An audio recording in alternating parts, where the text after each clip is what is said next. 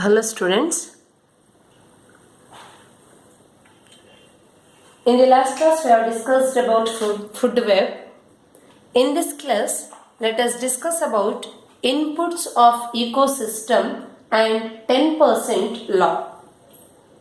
Inputs of ecosystem and 10% law. First let us discuss about inputs of ecosystem. In the ecosystem, the two fundamental inputs are energy and matter. Energy and matter are the two fundamental inputs of an ecosystem. An ecosystem gets energy from sun. Means ecosystem does not have its own source of energy, hence ecosystem gets the energy from sun. Green plants or producers trap the solar energy and convert the solar energy into chemical energy by the process called photosynthesis. Green plants or producers trap the solar energy and convert the solar energy into another form, that is chemical form, during photosynthesis process. Later, consumers obtain this energy from the food they take.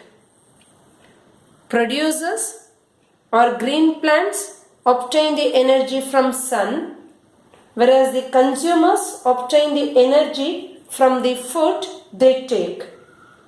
The energy dissipates at every step of its transfer or transformation.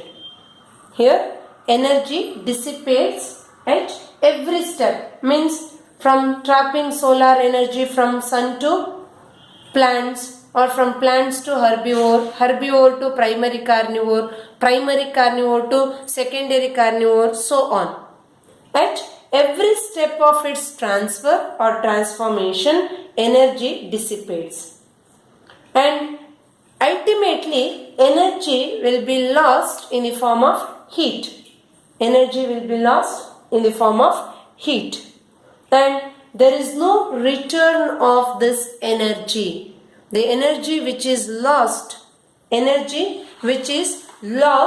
the environment in the form of heat will not be returned. And functioning of an ecosystem requires regular flow of light energy.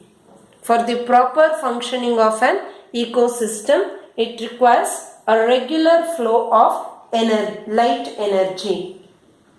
And the flow of light energy is unidirectional. Flow of energy is unidirectional, means always the flow of light energy takes place from sun to plants or autotrophs or producers, from plants or autotrophs to animals, it may be a herbivore, and from animals to animals, means herbivores to carnivores. And always flow of energy, light energy, takes place in single direction. That means from sun to autotrophs, autotrophs to animals, animals to animals, and finally organic remains to decomposes, and finally it dissipates as heat after decomposition. Or decomposers get the energy at the end, and finally it dissipates as heat. Another fundamental input of an ecosystem is matter. Matter is picked up in an inorganic state. Producers or autotrophs picked up the inorganic form of the matter. It may be a carbon dioxide, water, etc. Later, producers or autotrophs change this inorganic form of the matters into organic form by the process called photosynthesis, or during photosynthesis autotrophs or producers convert the inorganic form of matter into organic form. Then in the inorganic state, matter passes from autotrophs to heterotrophs, or matter passes from producers to consumers. Then part of the matter is broken down to inorganic state during respiration. During respiration, part of the organic matter or organic form of matter is broken down to inorganic state during respiration. Means during the complete breakdown of digested food products, carbon dioxide is produced. Carbon dioxide is the inorganic form which is produced during respiration. Then organic matter released to environment through excretion, through waste and dead structures which is acted upon by decomposers.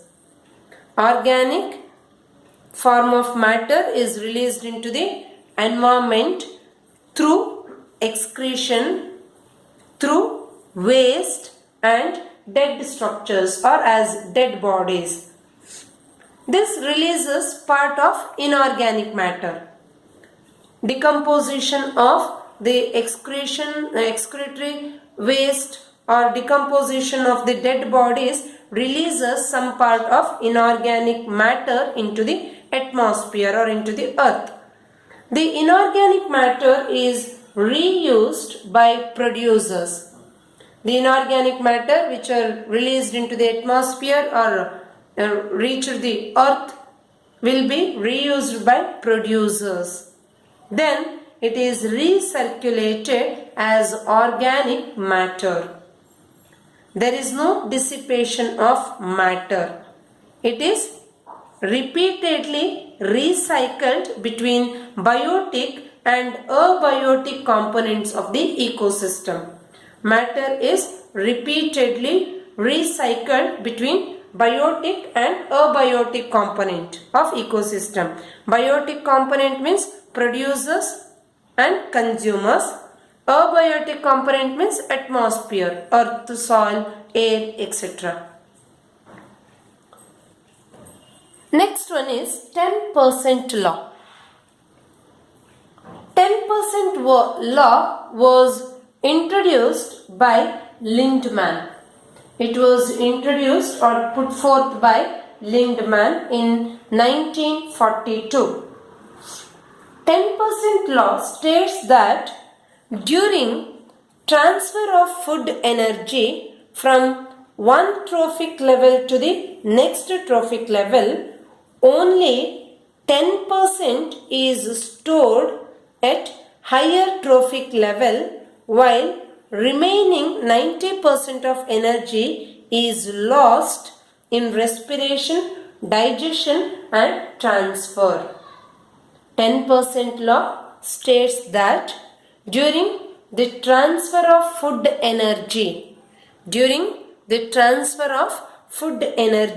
from one trophic level to another trophic level, means T1 to T2 or T2 to T3, one trophic level to the next trophic level, only 10% of food energy is stored at higher trophic level, whereas the remaining 90% of food energy is lost in respiration, digestion and transfer.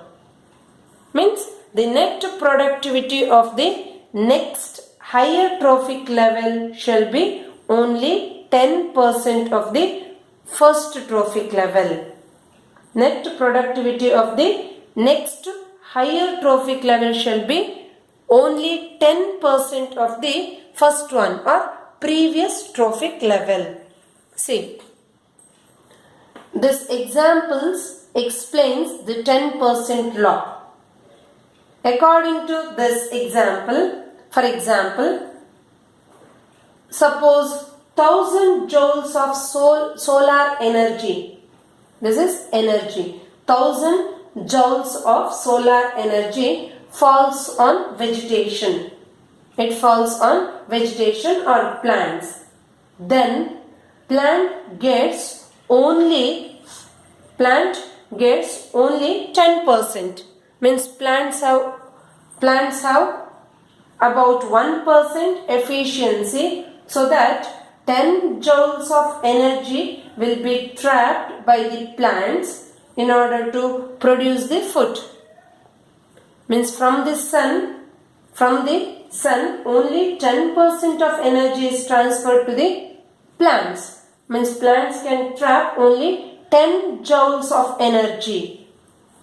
It can trap only 10 joules of energy. The remaining 990 joules of energy will be lost. It will be lost into environment as heat. It will be lost into environment as heat. Then means plants got only 10 joules of energy here. Then the remaining 990 joules of energy would be lost into the environment as heat. Later, the food energy, this food energy present in the plant reach the herbivores. Food energy present in the flesh of the herbivores would be 10% of the food energy stored by the plants. That means herbivores stores only around 1 joules of energy. Herbivores stores only 1 joules of energy. The remaining 9 joules of energy will be lost into the environment as heat. Then primary carnivore. The next trophic level, primary carnivores are present. These primary carnivores feeds on herbivores, and these primary carnivores would be able to store only 0.1 joules of energy as flesh. The remaining energy will be lost into the environment as heat. Here primary carnivore can store only about 0.1 joules of energy as flesh. Then the secondary carnivores can store only very small